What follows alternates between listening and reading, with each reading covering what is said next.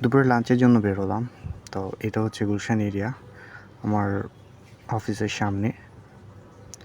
So পাশে হচ্ছে renaissance hotel আছে। তো দুপুরের লাঞ্চটা বেশি দেরি হয়ে গেল, তাই যাচ্ছি দেখি কিছু পাই কি না বা কোনো খাবার আছে কি না। আর এই পাশটাতে আসলে খাবারটা খুব বেশি এক্সপেন্সিভ। সো যেখানে খুবই কম মূল্যে খাবার পাওয়া যায় বা কমে খাবার খেতে পারবো, সো ওরকম একটা প্লেসে আমার আসলে যেতে হবে। সো গুলশান এরিয়াতে এসে এইটা আসলে খুবই টাফ একটা ব্যাপার, যে কোথাও কম দামে খাবার পাওয়া যায় কি না সেটা দেখা। তো আমাদের পিছনের গলির দিকে চলে যাচ্ছি। পিছনের গলিতে অনেক ধরনের দোকান আছে বা খাবারের হোটেল আছে একটা। সো ওইখানে যাওয়ার চেষ্টা করছি, দেখি কিছু আছে কি না।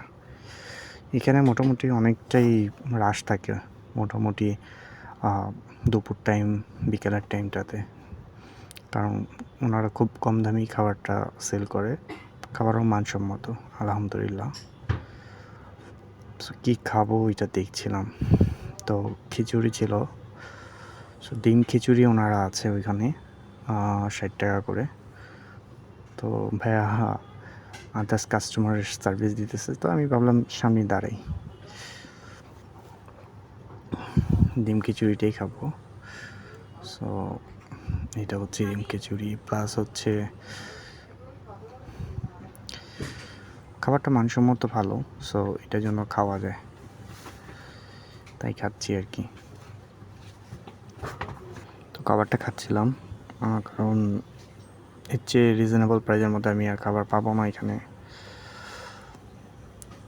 আর খাবারের মান যেহেতু ভালো, আর খাবারটা টেস্টিও আছে, সো এফেক্ট পড়ে না ওরকম। আর যখন খাবার না নিয়ে আসি তখন অবশ্যই বাসায় বাইরের খাবারটা খাই, ওনার দোকান থেকেই খাই বেশিরভাগ টাইমটা, যখন খাবার না নিয়ে আসি বা সকালবেলা নাস্তা না খেয়ে আসি বাসা থেকে। কারণ খাবারের মান যেহেতু ভালো, অবশ্যই বেটার হবে। সো দুপুর টাইম, চা তো খাইতেই হবে।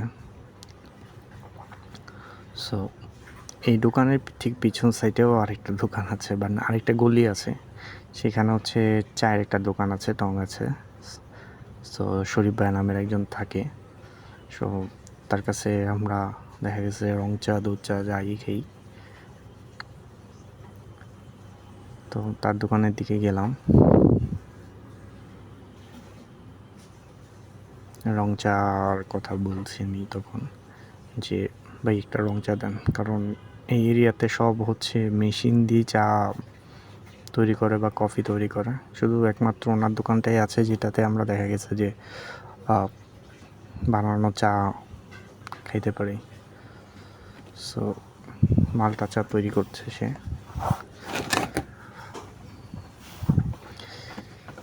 আমাদের জিজ্ঞেস করতেছিল যদিও ভিডিও করতেছেন কিনা, আমি বলছি না ভাই, কারণ তখন শরম পাইতে হয়তো বা। যাই হোক, তার দোকানের চাটা খুব বেশি খাওয়া হয় আমাদের। যেমন বনানীতে যখন ছিলাম, বনানীতে যখন জব করি, তখন নাইম ভাই ছিল, আর এখন শরীফ ভাইয়ের চাটা খাওয়া হয় বেশিরভাগ আমাদের। সো এটা হচ্ছে চা হয়ে গেছে।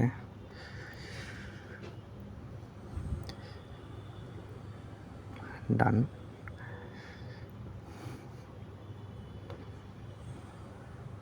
মালটাটা আসলে অনেক মজার, সুস্বাদু ছিল, ভালোই লাগে খেতে দুপুরবেলা, যদি ঘুম ঘুম ভাবও আসে তারপরও। চা খাওয়া শেষ, স্টোরের দিকে যেতে হবে। সো আগাচ্ছি স্টোরের দিকে। থ্যাংক ইউ সবাইকে যারা আমার ভিডিও এতক্ষণ দেখেছেন, থ্যাংকস আ লট। প্রচুর রোদ আজকে বাইরে, ছাতা নিয়ে সবাই বের হবেন।